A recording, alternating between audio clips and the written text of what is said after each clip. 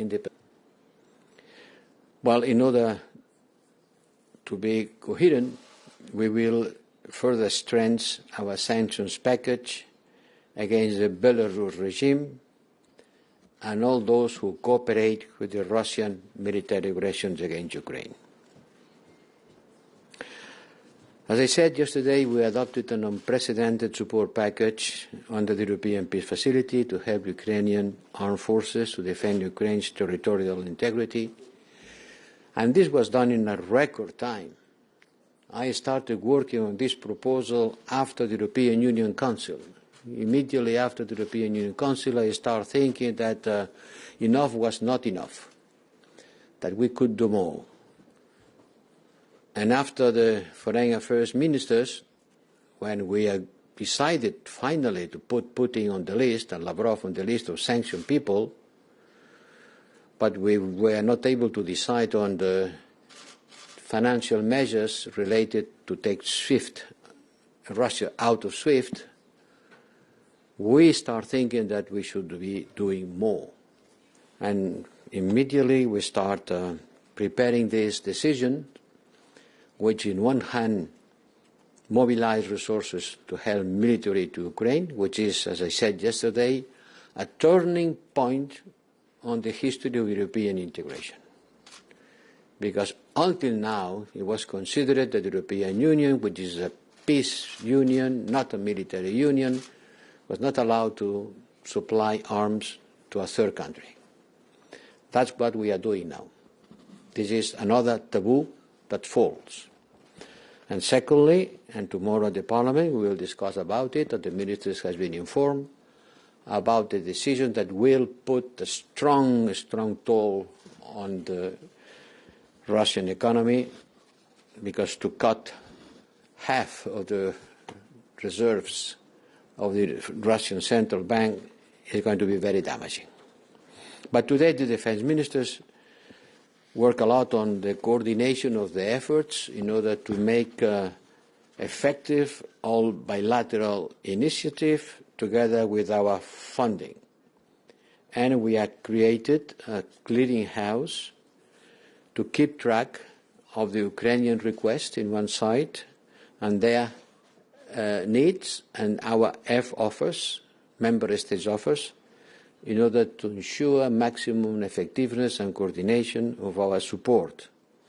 And in doing so, this clearinghouse cell, will be working in coordination with NATO. Ukraine has been asking also support for geospatial intelligence, and we are mobilizing our satellite center, which is placed in Madrid, to work on that. So I think that from the mobilization of resources, everything is on track. It has to be done quickly because the war continues. The war cannot wait for bureaucratic procedures. And I think that our answer and our overcoming of the institutional difficulties has been quick and showing a new era in our relations with Russia.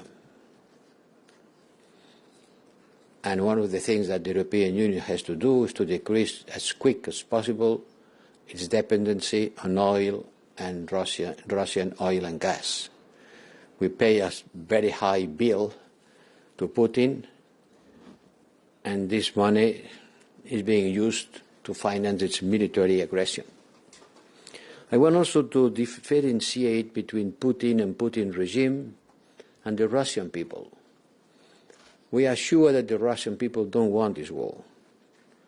It is a war that started by Putin and by Putin regime with a clique of oligarchs who are supporting him. And we are strongly convinced that one of the best ways of fighting is to fight against the black money issue from corruption that supports the people who support Putin. And on the measures taken yesterday and approved by legislative procedures by the Commission at the proposal of the Commissioner and the High Representative, an important package of these measures are addressed to fight the money that these people, these oligarchs, have in our banks and our financial systems. And I am very happy to know that Switzerland has joined us on the implementation of this package. Because without the participation of Switzerland, our measures would have been not as much effective as needed. But that's a very good news that Switzerland joins the efforts of the European Union to fight financially and to fight against corruption and to fight against the dark money, the black money of the oligarchs who are supporting Putin, that are being targeted by our sanctions. And they will continue being targeted by our sanctions. We'll talk later more about how to fight against corruption, because corruption is part also of the challenges we have to face. We are also worried about the situation in other countries of the neighborhood, mainly Moldova and Georgia. And I am heading for Chisinau on Wednesday to meet with the Moldovan authorities and meet with Ukrainian people who have been forced by Putin aggression to leave their homes and look for help, for shelter, their need of assistance in Moldova. But Moldova is mainly one of the countries in which we believe that the Russian pressure can be increasing on the coming days. Also, in the Western Balkans, as I announced on Friday, I decided to mobilize the reserve of the Althea operation. And up to now, 500 men and women will reinforce this force on the ground. And I thank the countries who will be providing this reinforcement of our capacity to control the situation through the Operation Althea. I think it's a prudent and proportionate sign of our determination to maintain the stability at Bosnia-Herzegovina and face possible destabilization activities by Russia in the Balkans. All that shows that we have been able to react quickly and in unity. All that shows the importance of advancing towards the adoption of this strategic compass that when I presented was a way to stress that Europe needs to awake from the security and defense dimension, that our efforts on security and defense has to be more evident. From this point of view, I welcome the decision by Germany to take important steps on increasing their defense capacities, but the increase on defense capabilities of the member states of the European Union has to be done in a coordinated manner, because altogether our defense expenditure is four times the defense expenditure of Russia and equal to the one of China. But certainly we cannot say that it's equally efficient. So we have to spend more, but overall we need to spend better. And Europe is the framework in which this increase on the efficiency of our military expenditure has to take place. We have no other choice but to stand together as European Union in support of Ukraine, keeping in mind that it's not just supporting the Ukrainian people, it's also supporting our security and also the stability of the world. This is going to have a price. This is not a free lunch. Sanctions will backlash. Sanctions have a cost. And it's better to express and to explain to our public opinion that this is the truth. But we have to be ready to pay this price now, because if not, we will have to pay a much bigger price in the future. I think it's important to face that with determination and realism. We are turning a page on the history of the European integration and also on the history of Europe in the post-World War and in the post-Cold War. The relations with Russia will no more be determined by trade, believing that trade will make a political transformation of the regime. We want to support the Russian people. I am just recording a message, another message to the Russian people. We don't want to fight with them. We want just to defend Ukraine first and our way of living after in front of the Russian aggression. Well, I am wrong saying the Russian aggression. It's better to say from the Putin aggression and the Putin regime aggression, which is antithetic with ours values, and that's why we are standing behind the people of Ukraine. Thank you, High Representative. And now I will take questions, and I have quite a lot in the room and remotely. I will start by Yuri. Not many questions because it's 4 o'clock. Thank you very much, Nabila. High Representative, I have questions, of course, on the support to armed forces of Ukraine. Can you tell us a little bit more what was discussed today of what will be delivered to Ukraine? And, for example, will there be missile defenses? Because we see that Russia is using missiles to attack also Ukrainian cities and civilians. And the second question, can you tell us also, was it discussed how to deliver this aid to Ukraine? We know that there is a land border, of course, with EU member states, but as Russia has these missiles, like Iskander missiles in Belarus and is using it, so how to protect this delivery of this little aid to Ukraine so that Ukraine can use it? Thank you very much. I'm going to speak Spanish because it's more natural for me to answer this question in Spanish. Interpreters. You know? I wouldn't understand it. You need to... Do you know what does it mean?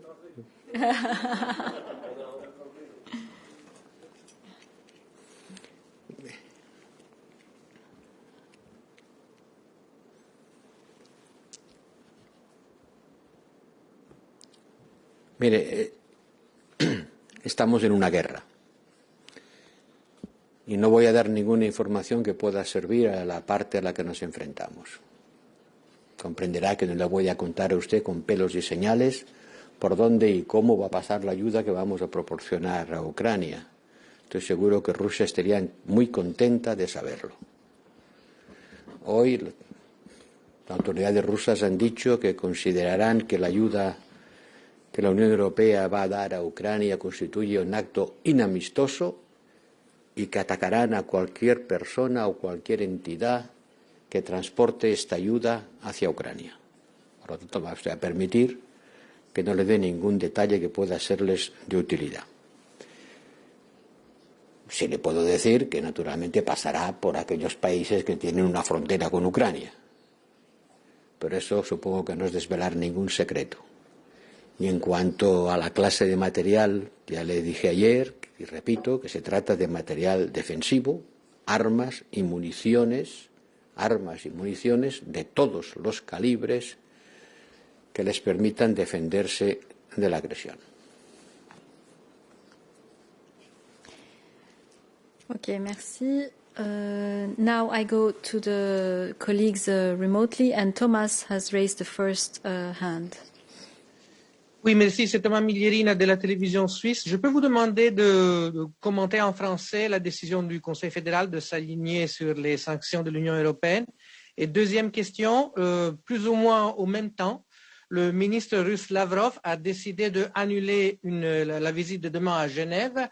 Il a cité, je regarde les tweets de la mission russe à Genève, le ban, donc les sanctions, la fermeture de l'espace aérien de l'Union européenne. Mais est-ce que les restrictions s'appliquent aussi aux vols diplomatiques? Merci.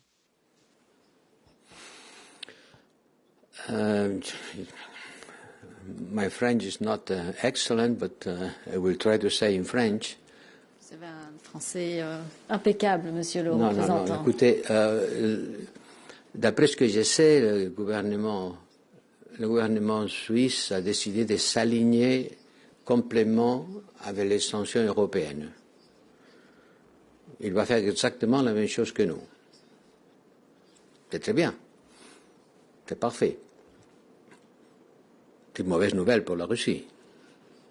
Mais du point de vue de l'unité du monde, disons, occidental et du point de vue de l'applicabilité, de l'efficacité de ces sanctions financières.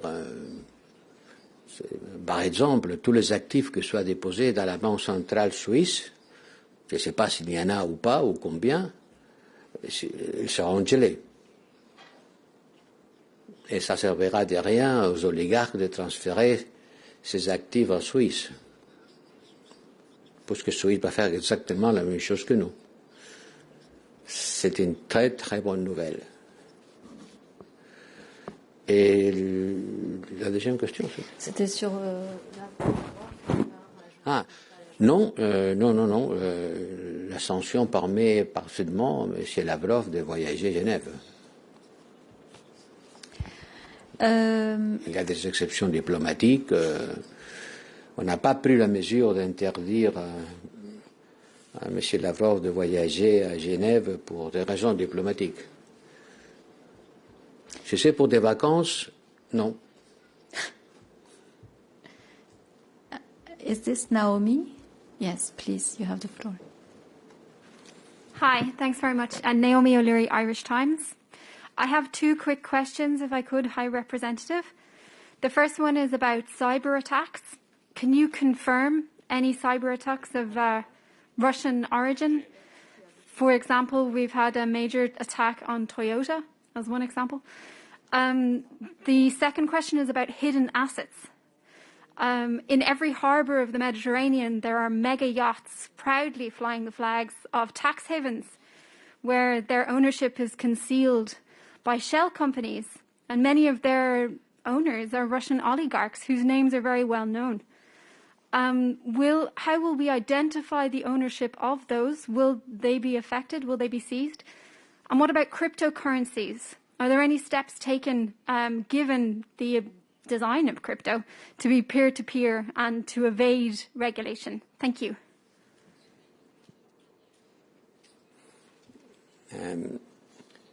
No tengo conciencia o información de ese ataque concreto al que usted se refiere contra una empresa en particular, pero ha habido ataques cibernéticos contra varios ministerios en Ucrania, contra varios medios de comunicación en Ucrania. Naturalmente que Rusia lanza ataques cibernéticos, no tengo constancia de esta última, pero Ucrania nos ha pedido ayuda para defenderse de los ataques cibernéticos que sufre y sufrirá, me temo, y naturalmente eso formará parte de nuestra ayuda.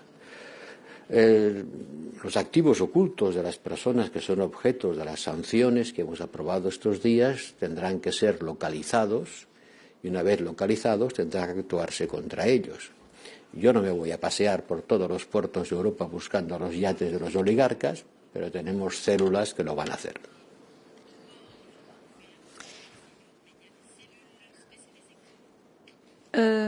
Jean-Pierre, tu avais demandé la parole. Bonjour, Monsieur le représentant. Une précision par rapport à des propos que vous avez tenus hier sur le fait qu'on allait octroyer à l'Ukraine des avions ou des avions de chasse. Est-ce que vous pouvez nous donner quelques détails? Quels pays vont donner ces avions? Et par qui seront pilotés ces avions? Est-ce que les pays qui les donneront à l'Ukraine s'engageront dès lors dans le conflit? Et donc il y aura une présence européenne dans le conflit. On suppose que ce n'est pas ça. Donc on est un petit peu troublé par vos déclarations. Ça serait peut-être bien de les préciser. Merci. No se preocupe. Con los 500 millones de euros que hemos movilizado, aunque quisiéramos, no podríamos movilizar muchos cazas. No se sabe usted cuál es el precio de un caza, ¿no? De manera que no estamos hablando de lo que decidimos con nuestros fondos, pero que ciertamente pueden, algunos países europeos pueden, si quieren, bilateralmente movilizar toda clase de ayuda, porque ciertamente Ucrania para defenderse necesita también medios aéreos y eso forma parte de las peticiones de ayuda que nos ha dirigido, pero tendrán que ser aquellos países europeos que dispongan, si disponen, de cazas que puedan ser pilotados por los pilotos de la Fuerza Aérea Ucraniana, los que tengan que hacer que instrumentar esa ayuda. Merci beaucoup. Can I take another question? If it is easy, si es fácil, sí. Thomas, your question is easy or no? And fast. Tomasz Bielecki, Deutsche Welle, Gazeta Wyborcza. Yes, it would be easy. I was going to ask about fighter jets, but it answered. So, Hajrab, you've mentioned also yesterday about the Poland serving as a hub for this military help, EU help for the Ukraine. And today ministers decided, as you said, on creating the clearinghouse. Is it the same? How did it work? How many people and where geographically it would work? Yeah, thank you. Thank you. No, una cámara de compensación es un instrumento financiero. No hace falta moverse de Bruselas para instrumentarla. Una clearing house es hacer un matching entre ofertas y demandas. Eso se puede hacer perfectamente con un teléfono y una hoja de papel, es decir, quién pide y quién da. Y no dar dos veces lo mismo, no dar cosas que no se necesitan y dejar peticiones sin atender. ¿Entiende? O sea, Ucrania está planteando peticiones. Hay 27 países que las están atendiendo. Se trata de hacer de manera que nos coordinemos a la hora de atender las peticiones de Ucrania y no dejar ninguna sin satisfacer, evitar duplicaciones y carencias. Pero eso se hace aquí, con un ordenador desde Bruselas. Otra cosa, naturalmente, es transportar todo el material, porque claro, está muy bien decir, aquí hay dinero, sí, pero con dinero no se combate con armas, y las armas tienen que estar allí donde se combate, y por lo tanto hay que transportarlas. Y eso requiere una logística física, no de paper, una logística física muy poderosa y muy importante que tendrán que organizar los Estados miembros a través, ciertamente, de aquellos estados que son fronterizos con Ucrania. Permítame que después de lo que he oído que decían algunos responsables militares rusos, no les dé más detalles. Y ahora sí que... Okay, so... A ver, la última pregunta. Seamos amables con la prensa que hace su trabajo. Muchas gracias. Lorenzo Consoli, Asca News. High Representative, I will appreciate your answer in Spanish because your Spanish is beautiful. But I ask it in English because my Spanish is not as beautiful. We are now in an escalation, a clear escalation with this military answer from the EU, the first time it happens, military support for the Ukrainian. My question is, how can we keep energy out of this? It's clear that for the Russians now, energy could become a way, cutting energy, a way to damage the EU, because we have 40% of our energy coming from Russia. So how can energy remain outside all this? Thanks. The energy will not be out of this conflict, like it or not. We have a dependency on Russian oil and gas. We are going to decrease this dependency as quick as possible, and this is an existential policy to decrease the dependency, which has been increasing, by the way, in the last years. 4 years we have been talking about decreasing, and we have been increasing. Well, that's time to decrease, seriously. It means renewables and hydrogen. Very much. But there's going to be turbulences on the markets of energy. It's easy to understand. It will happen. It's happening. And it will increase prices. And prices will be paid by consumers. Maybe we can introduce subsidies, policies to protect the most vulnerables. But we are in a situation in which, and that's what I was saying at the beginning, our actions and reactions against Russia will have economic consequences. And we have to be prepared for that.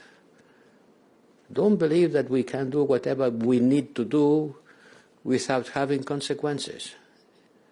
Look the consequences that the Ukrainian people are paying. They are paying a lot of consequences. They are resisting, and thank God Zelensky is not the kind of the leader that escapes hidden in the car. No, he will stay there resisting. And we have to support him. And it's going to have a cost. And if we don't pay this cost today, we'll pay much more tomorrow. That's clear? Thank you. On this note, I would like to thank you very much, and thanks to the interpreter, and I'm sorry for all those who I couldn't take questions from.